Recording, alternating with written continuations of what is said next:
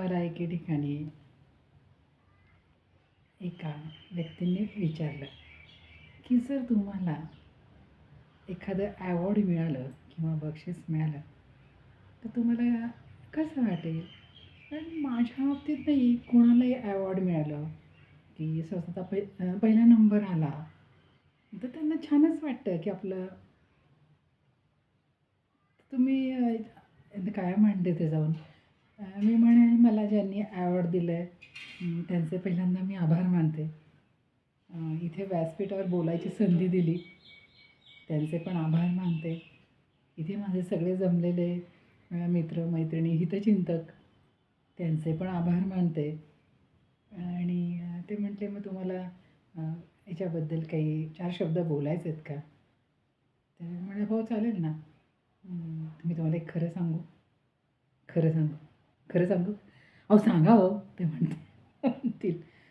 म्हणेल मला मी आजपर्यंत खूप म्हणजे माझे खाण्याचे व्हिडिओ टाकले, खाण्याबद्दल खूप बोलले.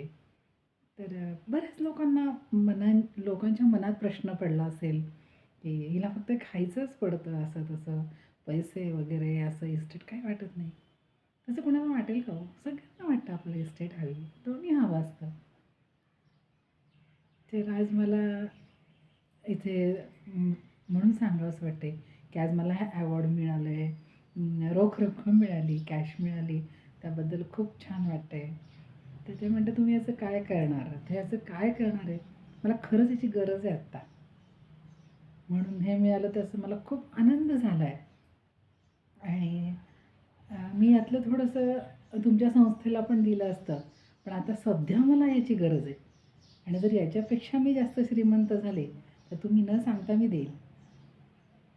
आणि आज मला एकच म्हणावंसं वाटते, या पैशाची भूक लई मोठी र, या पैशाची भूक लई